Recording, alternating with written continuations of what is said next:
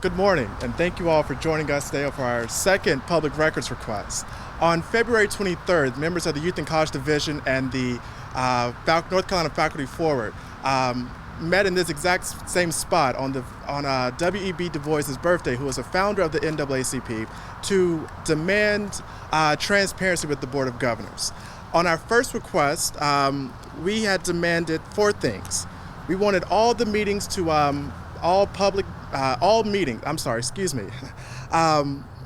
we wanted all information regarding minutes to both public and the private meetings that the Board of Governors have.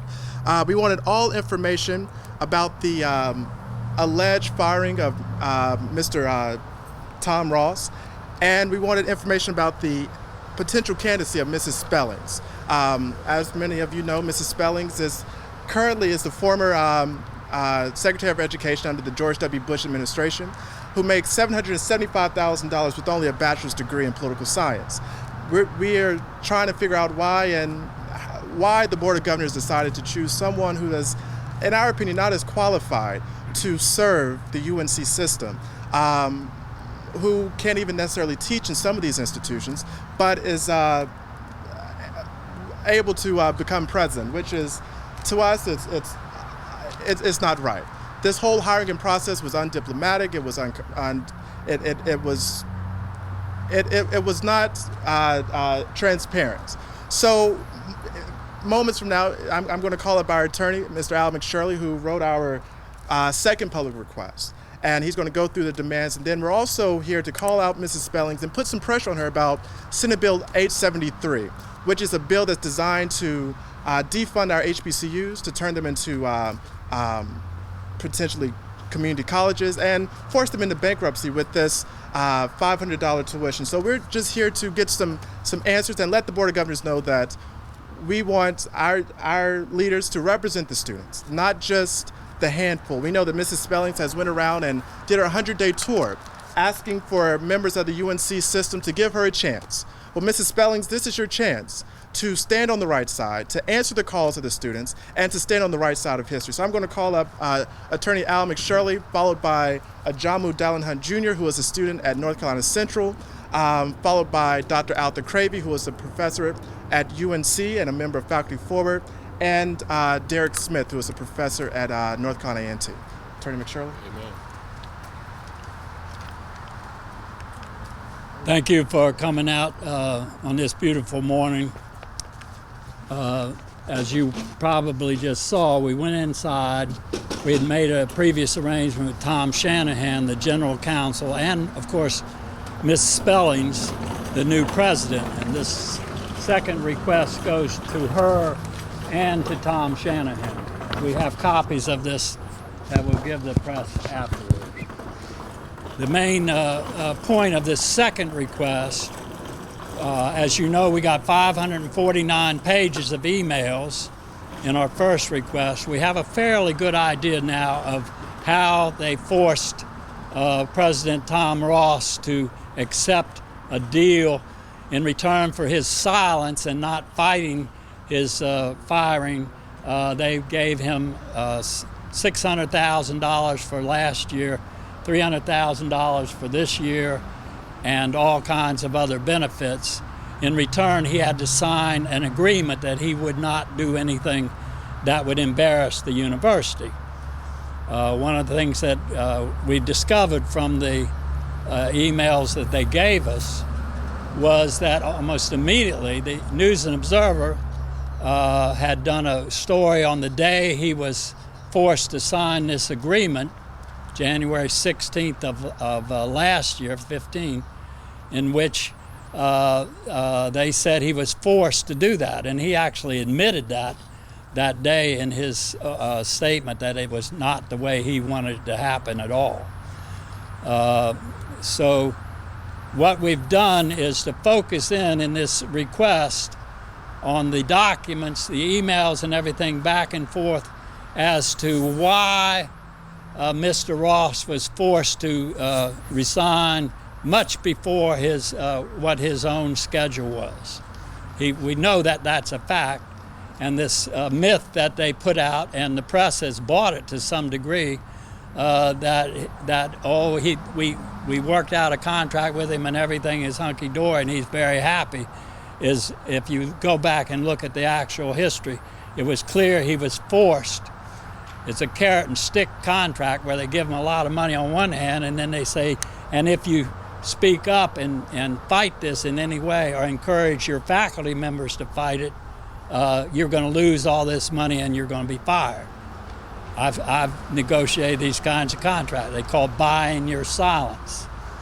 So that's what really happened. None of that story has been in any media. Unfortunately, as you know, our print media is going downhill. Stansel and the NNO have done a pretty good job of covering this, but the television station particularly need to get your editors to get somebody on this story. This is the biggest story in North Carolina in this election year. That brings me to the second thing that has not been talked about at all. What else was happening in 2014 when the Republican majority began to target Ross and began to put pressure on him to leave? First of all, they tried to shut down all of the centers around the state.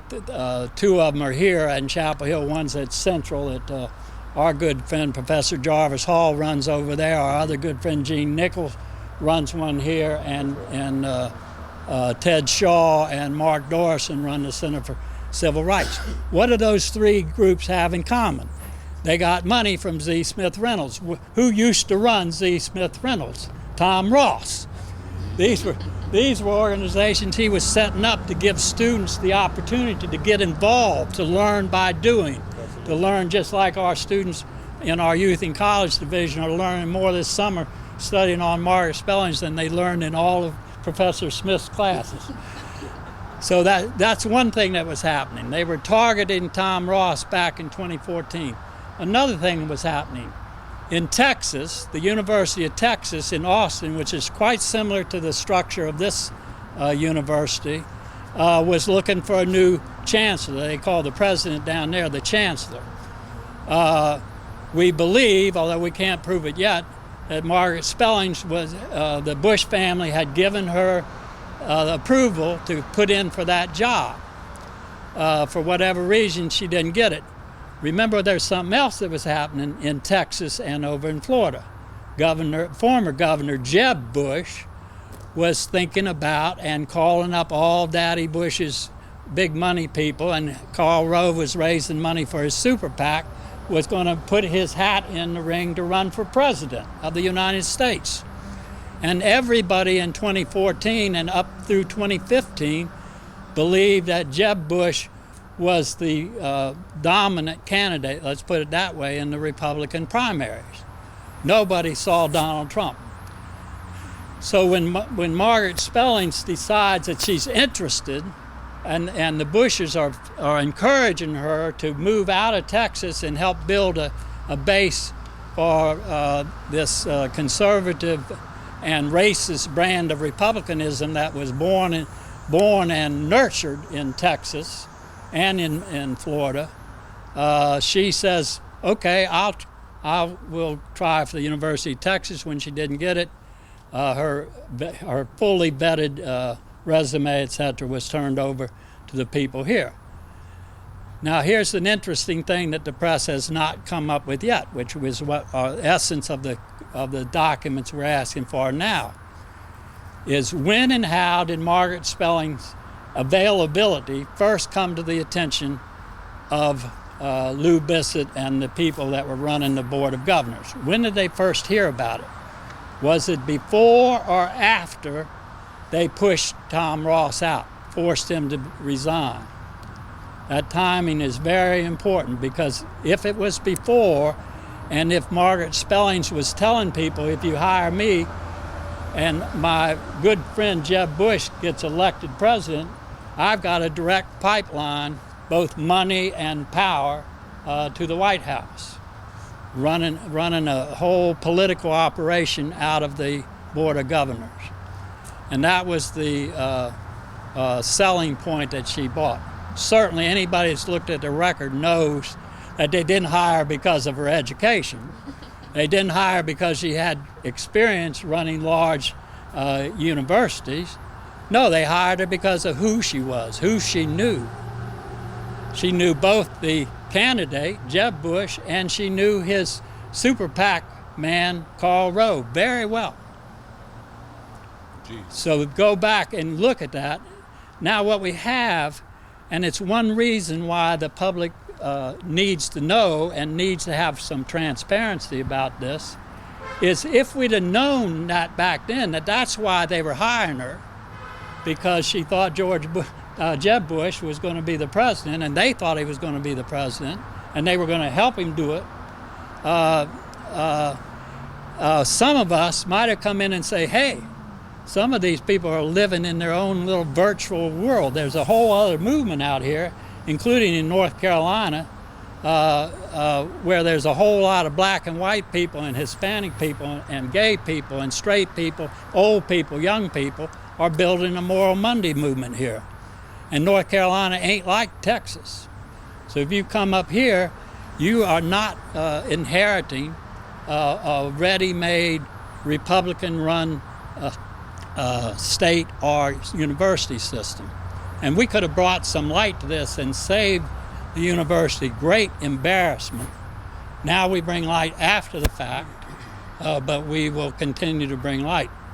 Let me conclude by saying that the reason for pulling all these facts together is partly because all groups, public interest groups like the NAACP, Faculty Forward, and others who see our job as very similar to the media, is to try to get behind things and tell the truth. Lawyers, the media, and public interest groups all have the same purpose, to get the facts out, let the public figure them out. But these facts have not gotten out, and we need your help doing it, and we need your editors to assign some investigative reporters. You can do these public records requests as easy as we can, and you can read 549 emails and try to get the 10 out of there that are the good ones. Thank you.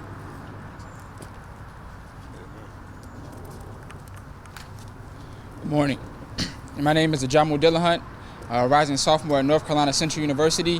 When Margaret Spellings was doing her campus-wide tour, when she came to North Carolina Central, students had a press conference in opposition to her being on campus and to her being the UNC system president. We know the process in which she was elected was undemocratic. As her time as Secretary of Education under the Bush administration, as many people has pointed out, shows that she's unfit to lead the UNC system. She was in support of millions of dollars being cut from historically black colleges and universities. She sat on boards for for-profit university. She also sat on boards for debt collection agencies. So she's referred to students as customers, referred to the UNC system as an enterprise, and she's a danger to students, faculty, and workers in the UNC system. We demand that students, faculty, and workers have a say-so in who is elected the new UNC system president, when Margaret Spellings is demanded and forced to step down because of the resistance of students. And as students, we have an obligation to uphold true democracy, so we will hold those in power accountable to ensure that we have inclusion process in a true democracy. We've seen America use the term democracy in the wrong manner, but we're here today to reclaim what democracy is and what it looks like. So forward together, we will hold. Forward together. Not one step back. We will hold those in power accountable. Thank you.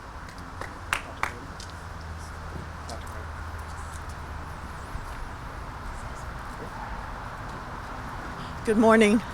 My name is Alpha Cravey. I'm a dues-paying member of Faculty Forward Network, and I'm really happy to be here in alignment today with the Youth and College Division of the NAACP and with this records request. There are many faculty across the state who are concerned about what's happening in the UNC system. And I've been out here many times talking about this, but we're also creating a statewide organization of faculty. We want to know why we are marginalized over and over again by UNC's Board of Governors. This is not the way to run a top-ranked UNC higher education institution. Faculty must have a voice, and faculty are concerned, and faculty are joining these alignments like I am. Why was the Poverty Center closed? Why is the Center for Civil Rights? Why is the Biodiversity Center closed? Why was Tom Ross forced from office? Why did he have to sign a no disparagement clause so that he won't speak up and so that he would encourage us not to use our voice about that anti-democratic action? Why? What is the decision to lavish raises on a dozen chancellors, not all the chancellors, but on a dozen chancellors in a closed session meeting about 2 weeks later? Why were they breaking their own rules in the Board of Governors? As I said, I'm happy to be working with the Youth and College Division of the NAACP to find out what's really going on, to find out the backstory. I hope journalists will help us. I hope the public will help us. The institution belongs to the public. It's a public institution. It belongs to students. It belongs to people who work there. But it also belongs to everybody who lives in North Carolina. What is the vision for higher education of the Board of Governors? They're not telling us. They're rolling it out step by step, and they seem to be rolling it out step by step with their allies, a small group of allies in the legislature, and it seems like they do want to destroy the HBCUs. People who work at predominantly white institutions like myself and our Faculty Alliance is going to be resisting that every step of the way. Senate Bill 783 is the latest version of that, but we saw one last year, the NC GAP program too. These seem to be aligned to do what No Child Left Behind did for K through 12. They seem very much aligned, though, especially to attack HBCUs and undercut them, as well as UNC Pembroke, historically Native American campus that's been threatened in the past. We're going to resist this and we're going to push back. These people who meet in this building, the Board of Governors, I don't think they remember this, but they are public servants.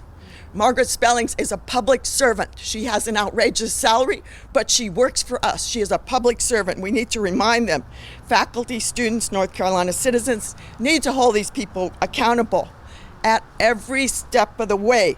And journalists need to help us at every step of the way to uncover what is the backstory, not just what they're telling us, but what is the real story. These institutions are funded with our tax money. They're public institutions. At the very last meeting here was a closed meeting, but they had a roll call in this building upstairs. They refused to let the public in. They allowed the journalists to go inside because we made a fuss, because we asked. They told us that 2 students could go in and that there were only 2 seats available. That was clearly a lie, because I saw the very next day in the News and Observer photo that there were lots of seats available during that roll call. They lied to us consistently, even in simple things like that. We cannot let this go forward. What are they afraid of? Why do they make up these lies? Why are they afraid of the public? Faculty Forward will continue to stand with the Youth and College Division of the NAACP, and we will build a stronger and stronger statewide organization to compare notes about what's happening on different campuses and to stand together to defend public education. Our records request today is part of our collaboration. We will be reading those records carefully, and we will continue to monitor these public servants to make sure they answer to the public. Thank you.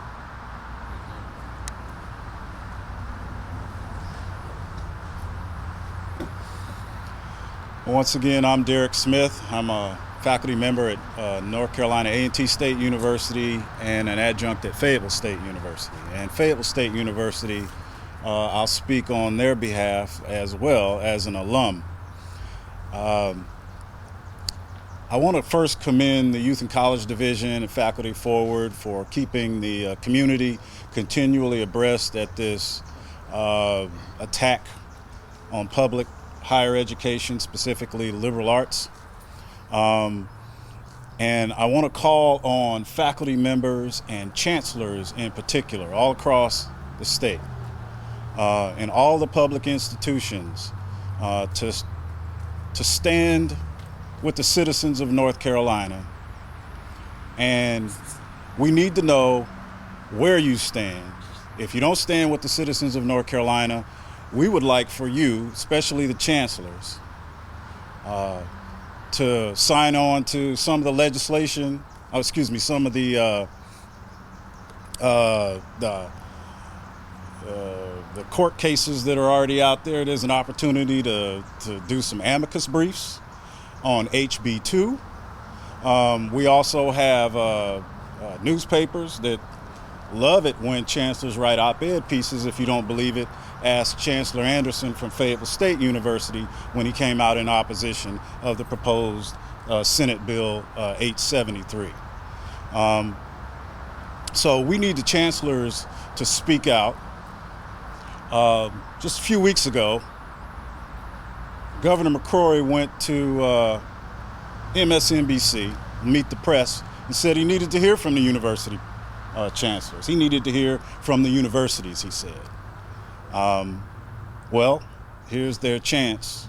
They've had a couple of weeks, and we need to hear from the chancellors of the system so that we know where you stand.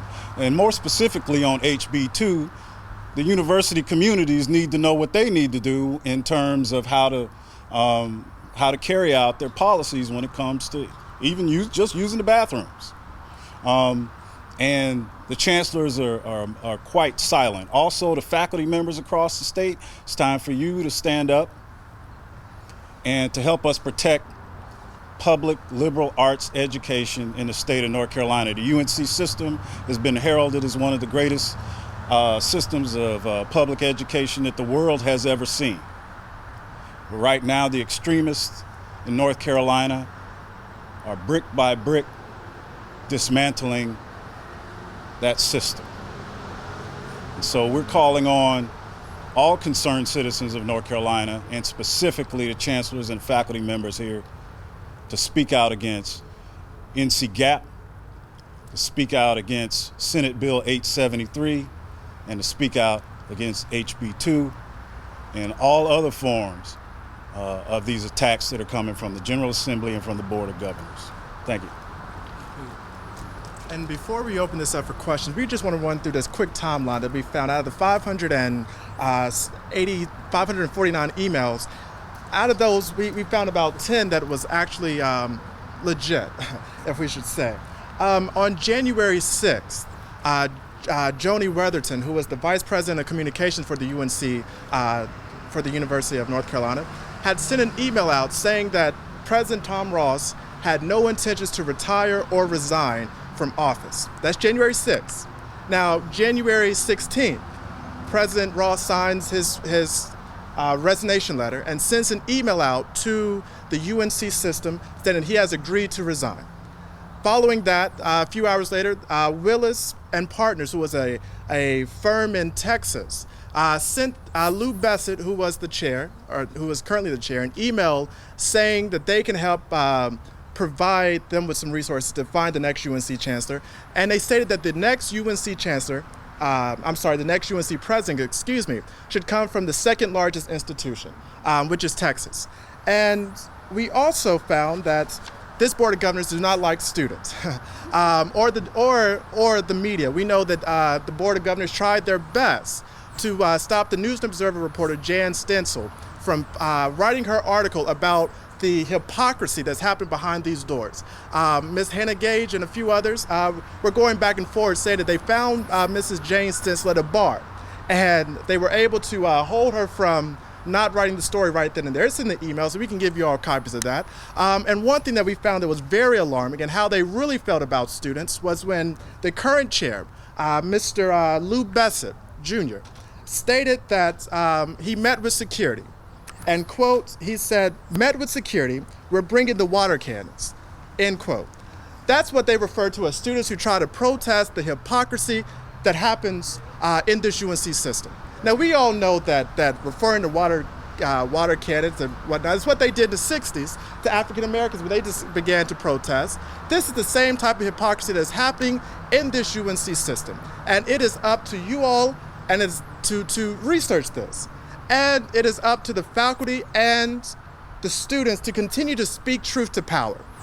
And we know that this is an election year, and we know that this information here is what we're going to use to mobilize students to the polls. We know that the Board of Governors is directly associated with the North Carolina General Assembly, because our governor and our Speaker of the House and President of the Senate all appoints members to the Board of Governors. So if folks who don't believe that votes don't have power, or that the vote is useless, you see what happens when you do not go out there and exercise your right to vote. So I'm going to allow my colleague, Reverend Curtis Gatewood, to give a few remarks, and then we'll open up to the media for questions.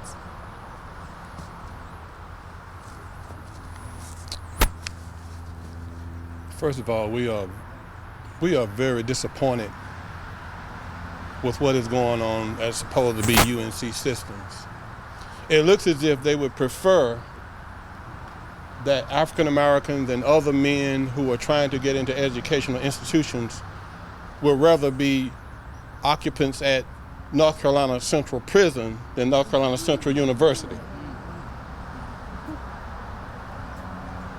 It should be apparent that their President Spellings does not have the qualifications for this position.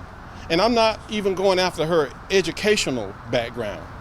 What has she done that will qualify her? Work with the Bush administration, where No Child Left Behind basically left no child with the behind? I mean, what do we have to go by here that would allow this type of leadership to exacerbate the draconian policies that we already have coming out of the General Assembly? We've already had somewhat of a legislature that seemed to have drunk too much tea and not getting about the people's business, and now we have tea being spilled over into the UNC system, which is contaminating the education process that is already in shambles. So we are thankful to young people who are coming together to say to the UNC system, enough is enough. They are here to learn. They are not here to have to protest simultaneously, because we have adults who are in positions of leadership who are acting like children. So we say to the UNC system, get your act together. We are calling on North Carolina NAACP branches across the state of North Carolina.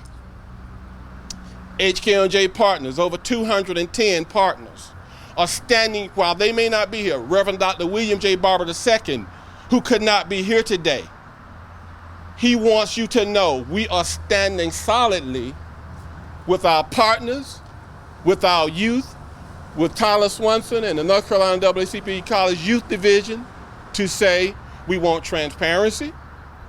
How can you go on a tour meeting with students when you handpick the students that you're going to meet with? Yes. How is that democracy? So this is what democracy looks like. This is what hypocrisy looks like. So we're here to say to you and to everyone listening, we take our students seriously. We take education seriously. We are a civil rights organization here in the 21st century, and we will be standing beside our youth and our children to ensure that they end up getting education rather than incarceration. The UNC system should be happy to assist us, as we would prefer that our young men and women and LGBT community and others would want to be educated in a way where they can ensure a future of productivity. Lastly, I think it's interesting that President Spelling was so quick to support HB 2 or Hate Bill 2, which the U.S. Department of Justice has declared unconstitutional, and we're still having them a problem with them supporting Brown versus the Board of Education that was passed over 60 years ago. They're jumping in supporting the interposition and nullification rather than addressing education. So we're here to say to you, the North Carolina NAACP, partners across the state, President Barber, we are standing here in full support of standing with justice, standing on the right side of history. And we love you all for coming out today and doing what you're doing. God bless you. We'll open up for questions at this time, if there's any. I may have missed it, or that gentleman was rolling the card out here earlier, but what exactly are you asking for in this request as opposed to the first one? I'll read some. We're going to give this out too, so I'm hoping everybody will take it back and show it to their editor.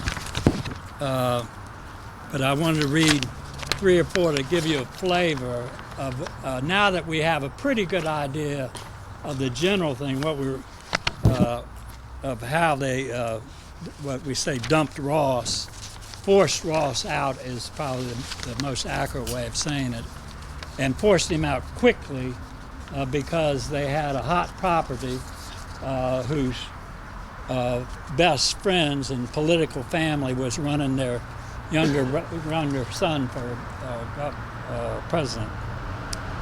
So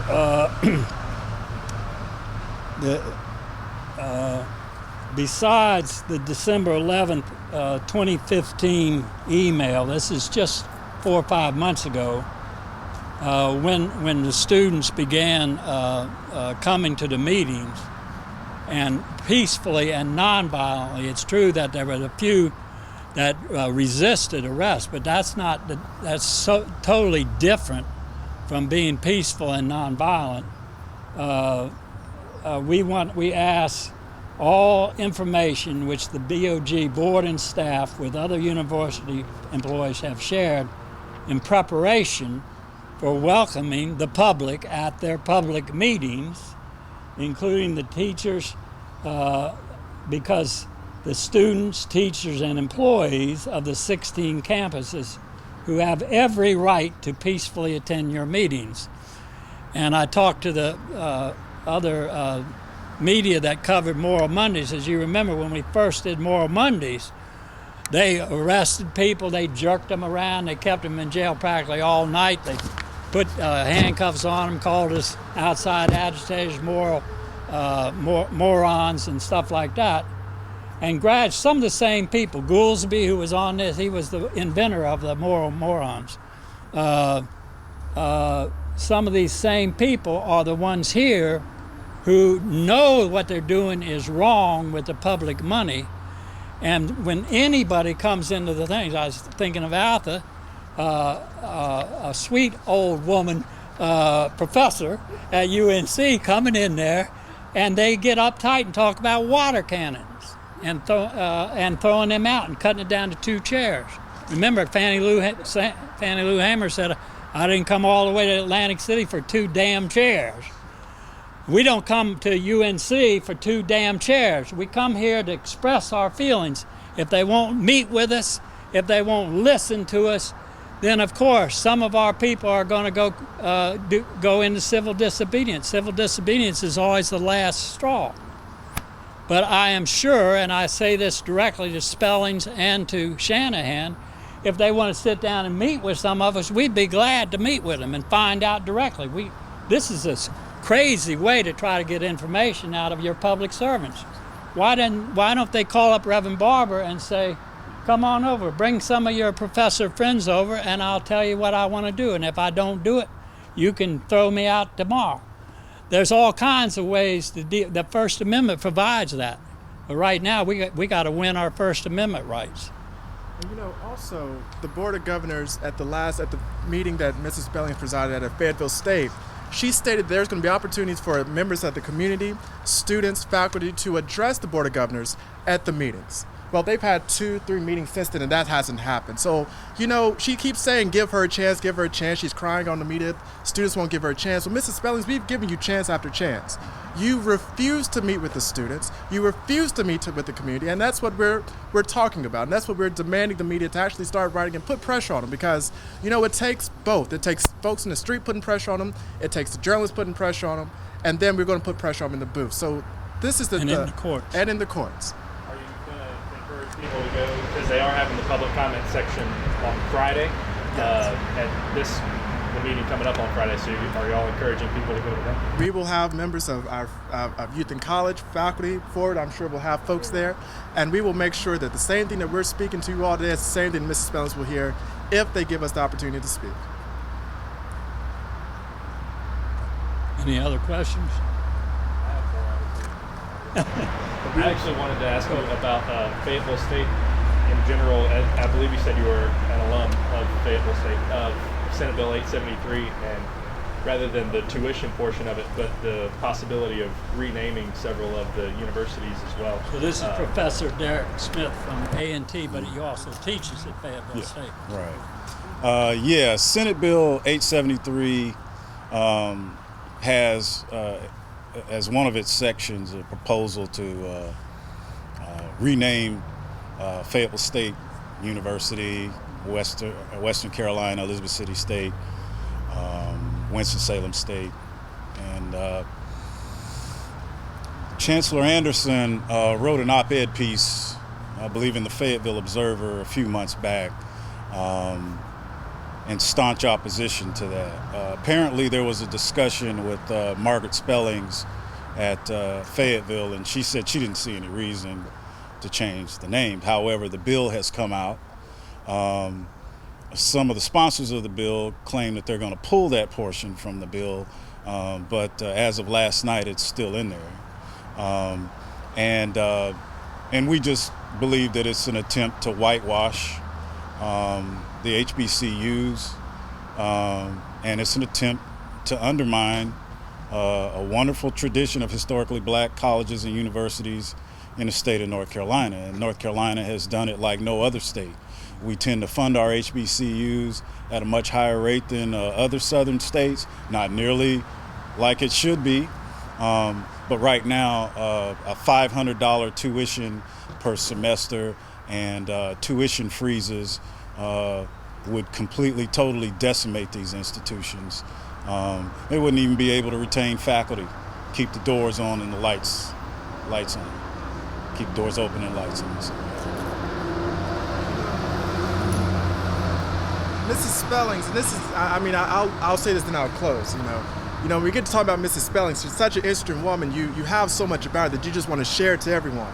But Mrs. Spellings stated at the meeting in, the HBCU chancellors, in fact, stated at Fayetteville State meeting that she was the best thing for HBCUs. The Thurgood Marshall Foundation said that Margaret Spellings was the best thing for HBCUs. However, Mrs. Spellings has yet to come out against Senate Bill 873. So I think the HBCU chancellors and the Thurgood Marshall Foundation has gotten a slap in the face, because quite frankly, I think Ms. Spellings is not the best thing for HBCUs. She's not even the best thing for the UNC system.